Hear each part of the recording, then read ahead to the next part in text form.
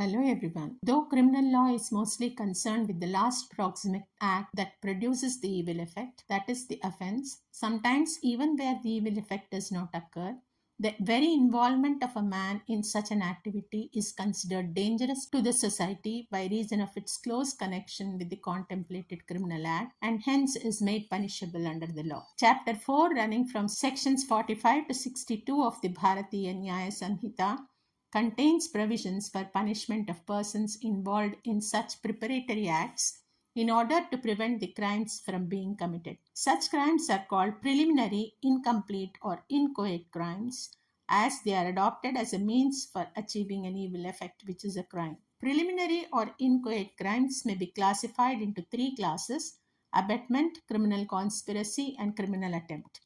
This presentation is about abetment as dealt with under sections 45 to 60 of the Sanhita. According to section 45 of the Sanhita, abetment takes three forms: abetment by instigation, abetment by conspiracy, and abetment by intentional aiding.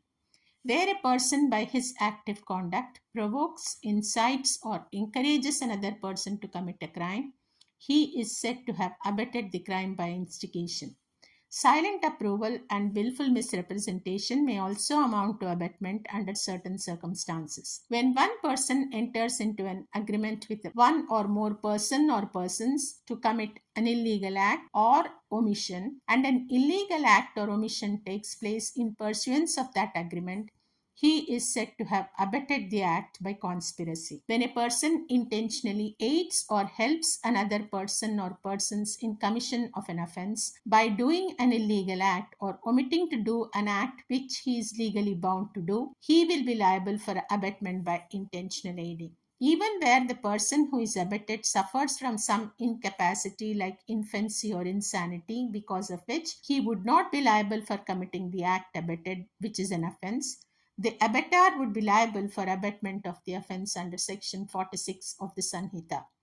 Explanations 1 to 5 of section 46 provide certain rules pertaining to abetment. According to explanation 1, an abetment of an illegal omission may amount to an offence, although the abettor is not bound by law to do that act. For example, abetting a police officer to omit arresting a murder suspect. In order to amount to an offence of abetment, it is not necessary that the act abetted should be committed as per explanation 2. According to explanation 3, in order to amount to an offence of abetment, it is not necessary that the person abetted should be capable by law of committing an offence or should have same guilty intention or knowledge as that of an abettor. Abetment being an offence, abetment of abetment also is an offence under explanation 4. According to explanation 5, it is not necessary that the abettor should concert the offence with the abetted in order to make him liable for abetment by conspiracy. When a person abets the commission of an offence outside India, which if committed in India would have been an offence, he would be guilty of abetment. Even where a person who is without and beyond India abets the commission of an act in India, which is an offence if committed in India, he would be guilty of abetment. This provision did not exist in the Indian Penal Code. So far as punishment for abetment is concerned, in case of successful abetment, the abettor would be punished as if he had committed the offence, provided there is no express provision punishing such abetment. Even if the person abetted commits the act with a different intention or knowledge from that of the abettor would be liable for the act abetted as if it was done with the same intention or knowledge with which he abetted the act, according to section 50 of the Sanhita. The general rule is that an abettor is liable for the act which he abets and not for any other act that might have been committed by the person employed for the purpose. But there are two exceptions to this rule.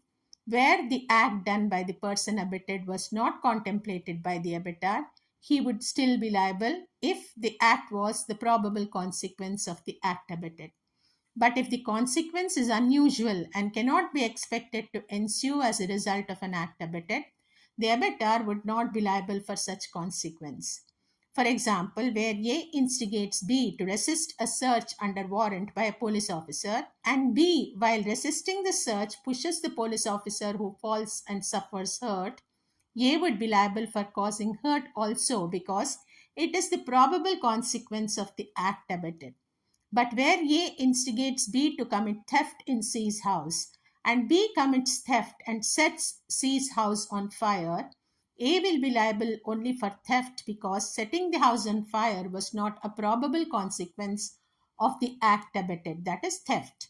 If the act committed is the consequence of the act abetted, the abettor can be punished cumulatively for the act abetted as well as for the act committed. When the act done causes a different effect from that intended by the abettor would be liable for the effect caused if he knew that the act abetted was likely to cause that effect. For example, where A instigates B to cause grievous hurt to X, which in turn results in X's death, A would be liable for causing the effect as it is the probable consequence of the act abetted. If the abettor is present at the time when the offence abetted is committed, he would be deemed to have committed the offence. Where the abatement is made to the public at large or to any class of persons exceeding 10 in number, he is liable to be punished under Section 57. Sections 55 and 56 provide punishment for unsuccessful abatement.